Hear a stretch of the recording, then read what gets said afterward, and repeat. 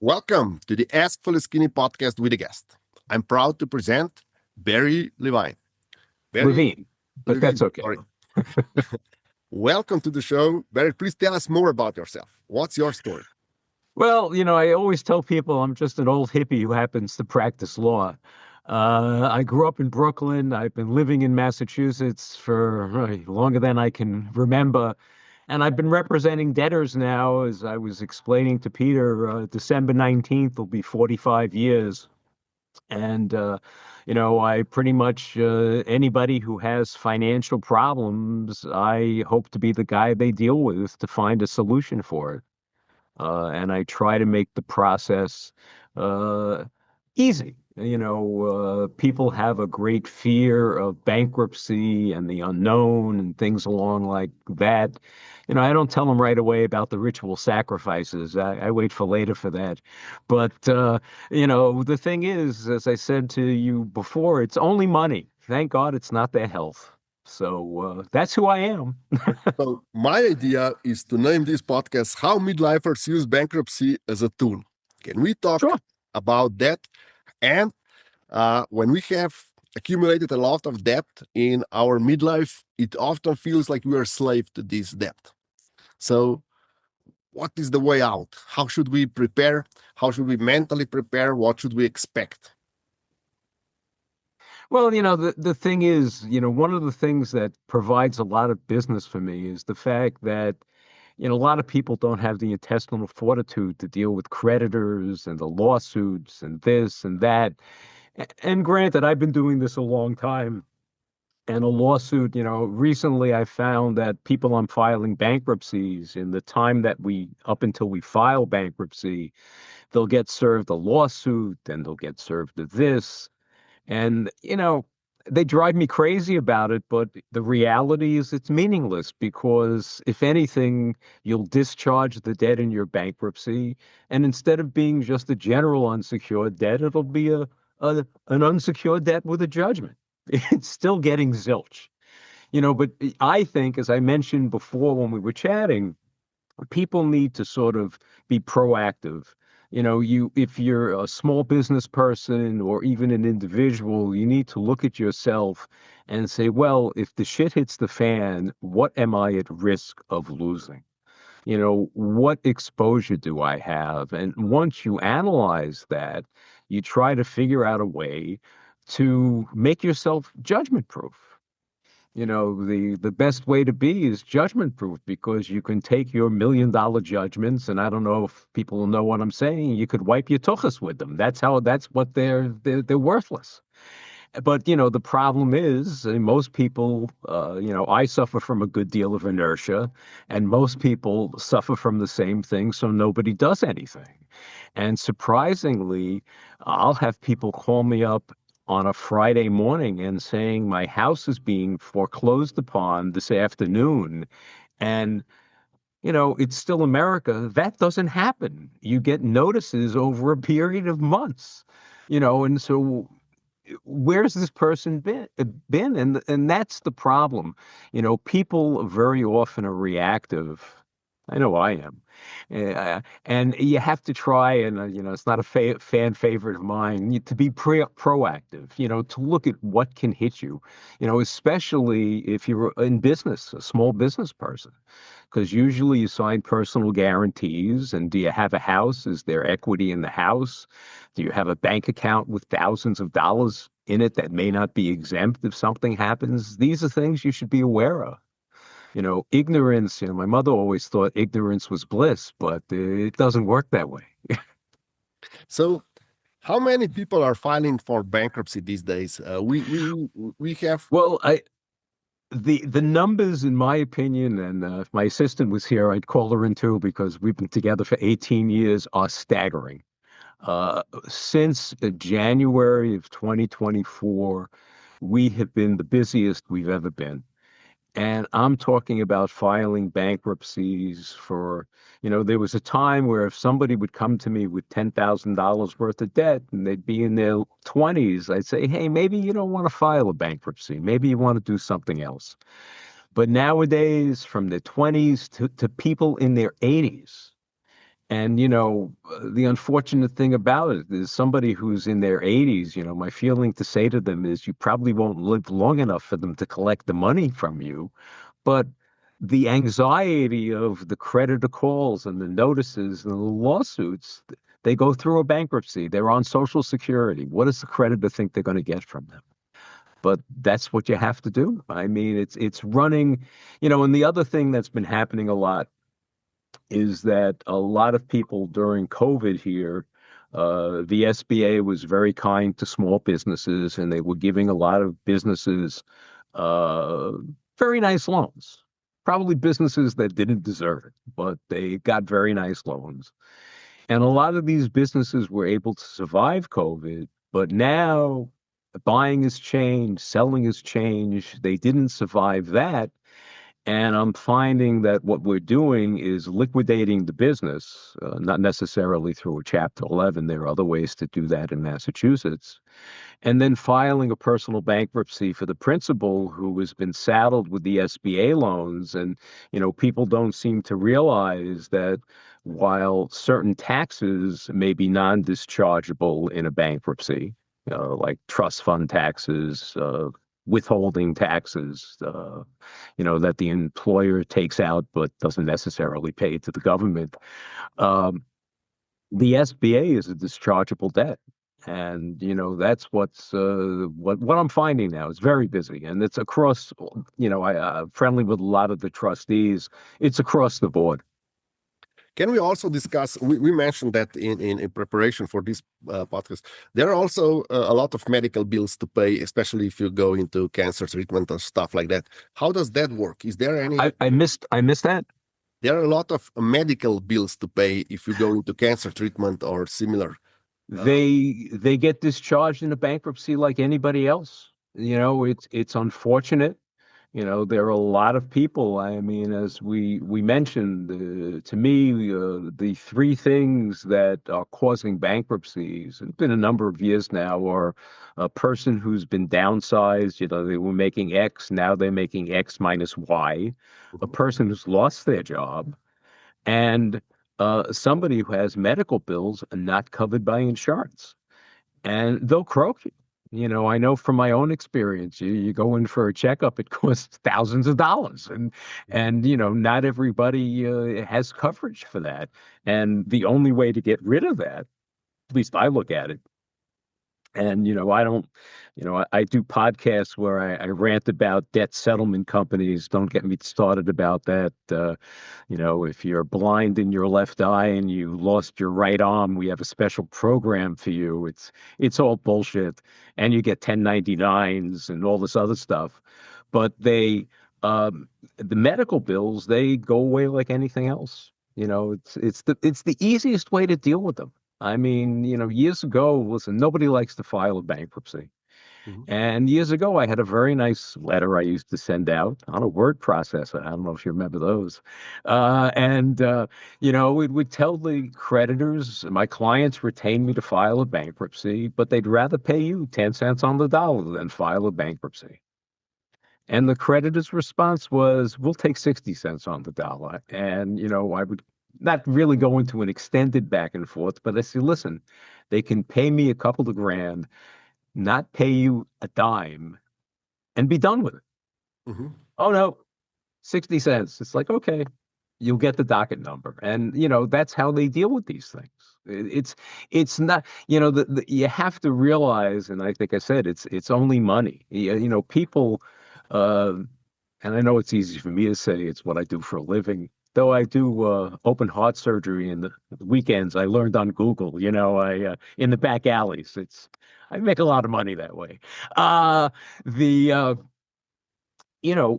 it's you just have to do it because otherwise, like I said, you're an indentured servant. I mean, I have people that say when after they pay their credit cards, they have $200 left over. They have three kids and have the rent to pay. How far does that go? You know what Mishigas is? No. Insanity in Yiddish. Ah, okay. That's what it is. It's Mishigas. Okay. So there are situations where there's no other way to deal with financial issues than bankruptcy. And you said that we first have to be mentally prepared to do it because it's still, let's call it, it has like this negative connotation. Like, It still has a stigma. I mean, yeah. I have people who, they tell me they'd never believe they're sitting here and doing this. I mean, like I said, I'm a cynic. You have to do what you have to do. You can't worry about it. The credit, what actually, you know what the credit card companies do? They'll have people that'll come in and they'll say, well, they charge the debt off. Mhm. Charging the debt off means nothing.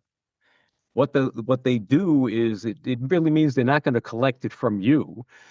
But 5 years later, they'll sell it to some bottom feeder who'll buy a whole portfolio of their charged off credit cards for 10 cents on the dollar. And you'll get a letter from Joe Schmo that says, you now owe us 10 grand. Mhm. And the only way that goes away, and it happens when people go bankrupt too. After they get their discharge, they'll get a letter like that. And I have a very nice letter that I send those people. But, the only way to get rid of it is to file a bankruptcy. If you manage to get a mutual discharge from a creditor by paying them something, that's your business. If it happens, more power to you. But very often, the creditor will give you a 1099 forgiveness of debt, which could become a taxable event, whereas in bankruptcy, your debt is discharged by operation of law. There are no 1099 forgivenesses of debt involved. Mhm. So it's you may not want to, but you must. Okay, so we talked about stigma. Can we discuss a bit chapter 7 and chapter 11? Sure. Who should think about chapter 7 and who should go for chapter 11? Well, the for individuals, the one thing you forgot the chapter 13. Mhm. For individuals, it really comes down to chapter 7s and chapter 13s, which is all guided by household income. So, for instance, and I have a little handy dandy chart here that if you're a household of four in Massachusetts, every state has a different standard based on IRS statistics. If you make over $172,000, you are a Chapter 13 candidate. And the difference between the two is a Chapter 7, which is what I prefer, is a straight liquidation. If we would file, your case wouldn't go on for 8 years unless there was some really interesting stuff going on. If we filed your case today, 4 months from now, you get your discharge in Chapter 7, right? A Chapter 13 ties people into a 5-year payment plan. And there's a little computer program that determines what your disposable income is, which is my father used to say, if he had wheels, he'd be a baby carriage, is very often the case. It has nothing to do with reality. But, if you're a high earner, you can find yourself in a Chapter 13, making a pretty sizable payment every month to your creditors. And in 5 years, you get a discharge. Mhm. That to me doesn't do anything for anybody. Chapter 13s also are used or can be used for people who uh, have mortgage arrears.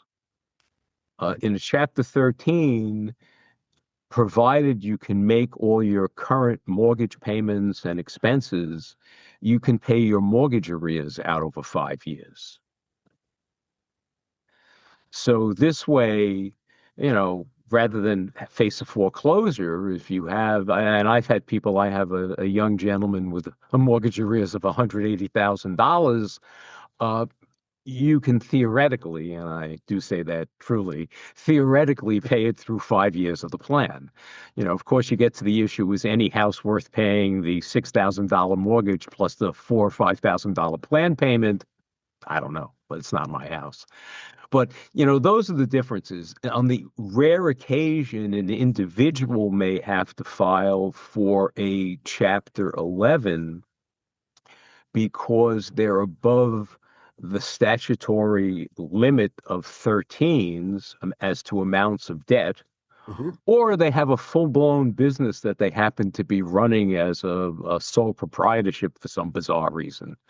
But Chapter 11s are just another thing altogether. What they have now, uh, rather than uh, putting every small business, and I deal mostly with small businesses, they have a process. It's called the Subchapter V, Chapter 11, which is for small businesses. It's a sort of a streamlined process. Uh, I'm just going through one now. It takes about a year, whereas a full-blown Chapter 11 can be endless. But you don't find many individuals filing Chapter 11s. It's not like I said, only if they're above, and offhand I don't know. It has to do with a mortgage, the total amount of mortgage debt and total amount of unsecured debt. But 7 and 13 is what most individuals file. And like I said, my preference is a 7 because you file it and 4 months later you get your discharge. There's in both of them, so there's what they call the Section 341 meeting, called a meeting of creditors. It has been decades since a creditor has actually shown up at one of these meetings. In the Chapter 7, when the notice goes out, the notice usually says that this is an assetless case. Don't call us, we'll call you. And even though the meetings take place, much like we're sitting here on Zoom by Zoom, they don't even bother. And on top of that, the Chapter 7 trustees, who are all attorneys like myself, most of whom around these parts I know for 45 years, they get paid $65 in an assetless case. Hmm. They don't tend to spend a lot of time. In fact, what I tell clients is that unless you're the first case when they start, the odds are that the wait will be longer than the meeting itself. The Chapter 13 also has a 341 meeting. It's a little more serious. I dress like this for both of them. And sometimes I have a T-shirt that says "I saw Jerry," but the only thing she really is interested in is the plan payments because the Chapter 13 is a self-funding office, the Chapter 13 trustee who administers the 13. So she basically gets a 10% of what the payments are over the course of the 5 years. So they do all right. But those for individuals, that's what I always recommend for small businesses that are just looking to go out of business. I prefer not to put them through the intrusiveness of a Chapter 7. And in Massachusetts, there's something called an assignment for the benefit of creditors, which lets you liquidate a business voluntarily. Hmm. And the reason I do that is, Chapter 7, corporations and LLCs don't get discharges. The reasons individuals don't do assignments is in a Chapter 7, they get a discharge and all the debts become yesterday's news. What happens for a Chapter 7 corporation is if there are any assets, they get liquidated, but the corporation still exists. It has nothing, but it doesn't get a discharge of its debts. If there are any assets, they get distributed to the creditors. So the assignment is the same thing, and there's no 341 meeting. It's basically a paper transaction, which, I recommend for small businesses. Okay, can we talk a bit about credit ratings? What happened with our credit score? Uh, Credit scores, we have a little an app that tells us um, we pull a credit report before we file somebody's bankruptcy, and it tells us what somebody's credit score is going to be in a year, and most of them go up 100 points. The it sure it's going to impact your credit score for a few years, and it's going to make it more difficult to get a loan, a credit card. But, as we mentioned, like I say, I keep Kafka on my desk for a reason. Creditors look at most debtors, they make a decent living. They make 40, 50, 60, some of them even more a year, grand a year. And post discharge, they'll give somebody like that a credit card with a little, $500 line of credit, figuring that they can't file bankruptcy again for 8 years and they'll see what happens. So, that's out there. And the other way to develop new credit, as I mentioned, is this is along the easier said than done, is to try to develop a relationship with a small bank that could look at you as an individual. That there was a reason behind why you filed bankruptcy. It wasn't because you took a cruise around the world. It's because you lost a job, or God forbid something medical happened or something like that. Um, Rather than like a Bank of America, they don't give you the time of day. The other thing that people can do, well, creditors who go through a bankruptcy who continue to have mortgages and car payments, that will stand in their favor, provided, and I don't know if you want to listen to a lot of legal bullshit, provided they reaffirm the debt. Do you know what happens? And this is another reason this is very interesting. Uh, when you go through a bankruptcy and you have a car loan or a mortgage on your house and you do nothing, you get your bankruptcy discharge and you just keep making the mortgage. The car's a better example. You keep making the car payments, and 10 months later, the car shits the bed, dies. You still owe 30 grand on the car. Hmm. By doing nothing and going through bankruptcy, you've discharged that debt. Okay. So you wouldn't be on the hook for it. The same thing if you paid the mortgages as long as you could and they foreclosed and there was a deficiency. Because you got your discharge, that deficiency is discharged. Well, of course, there's a process to deal with that, and it's called the reaffirmation of the debt. And what happens, and I use it mostly with real estate, not necessarily cars, because cars, you have to look at the value of the car against what you're agreeing to reaffirm. If the car's worth 10 grand and the loan's 30 grand, well, you want to still be on the hook for it if the car dies. Um, but uh, what the reaffirmation agreement is, the bank, the lender sends you this. We complete it with the debtor's income, expenses, send it back to the creditor who sends it to the court, and the judge has to approve it. Hmm. And by approving it, it means that the debt survives your discharge. So the story I'm going to tell is a client of mine back in the aughts before there was a big computer business crash. His business died. He had no income. We filed a bankruptcy. He had a house somewhere south of Boston that he couldn't make the mortgage payments on, and the house was significantly underwater. Hmm. And so there was no way the court would allow him to reaffirm the debt because, you know, he has no income to foreclose tomorrow. He's going to, what purpose does the bankruptcy serve if he's on the hook for the deficiency? So he got his discharge, and I didn't hear from him probably, had to be 7, 8 years. He calls me up. He somehow he managed to keep the house, Hmm. make the mortgage payments to his bank, and mortgage rates had gone down. It must have been in the teens. And he wanted to refinance the house. So he went to his bank and he said, listen, I've been making 8 years worth of payments on this mortgage and I'd like to reaffirm it. I'd like to refinance it. They do a credit report. They go, you can't. You never reaffirmed the debt. It was discharged in your bankruptcy. Hmm. But I've been paying it for 8 years. He had to go to a different bank Hmm. because according to the bank, even though they got 10 years worth of payments, it was discharged. So what they do with the payments? And I was friendly with a legislator here, and I drafted a statute, but they hadn't better things to do than pass it because I just wanted to make them have to report the payments. Hmm. What's the problem with that? But that's the thing I was going to get at.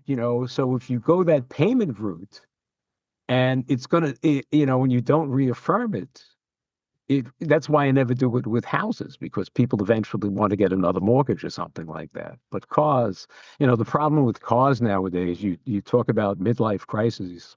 I've had a number of people and My midlife crisis was decades ago, but they're much younger than both of us probably.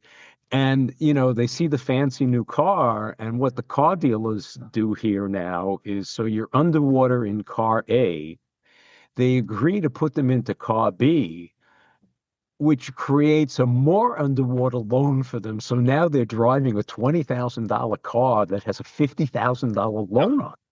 And getting back to Michigas, I mean, what are we paying on? And like something like that, I would never have them reaffirm that debt. That would be insane.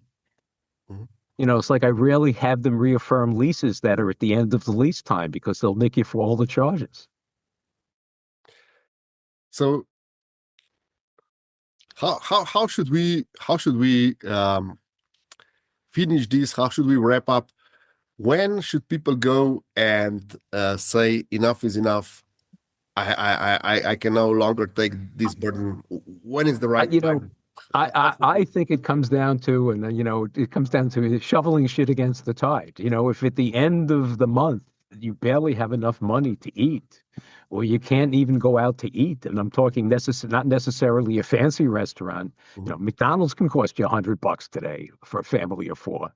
You know, you have to be cognizant of where your money is going. And the thing is, you can't be afraid of saying, I can't pay these people anymore.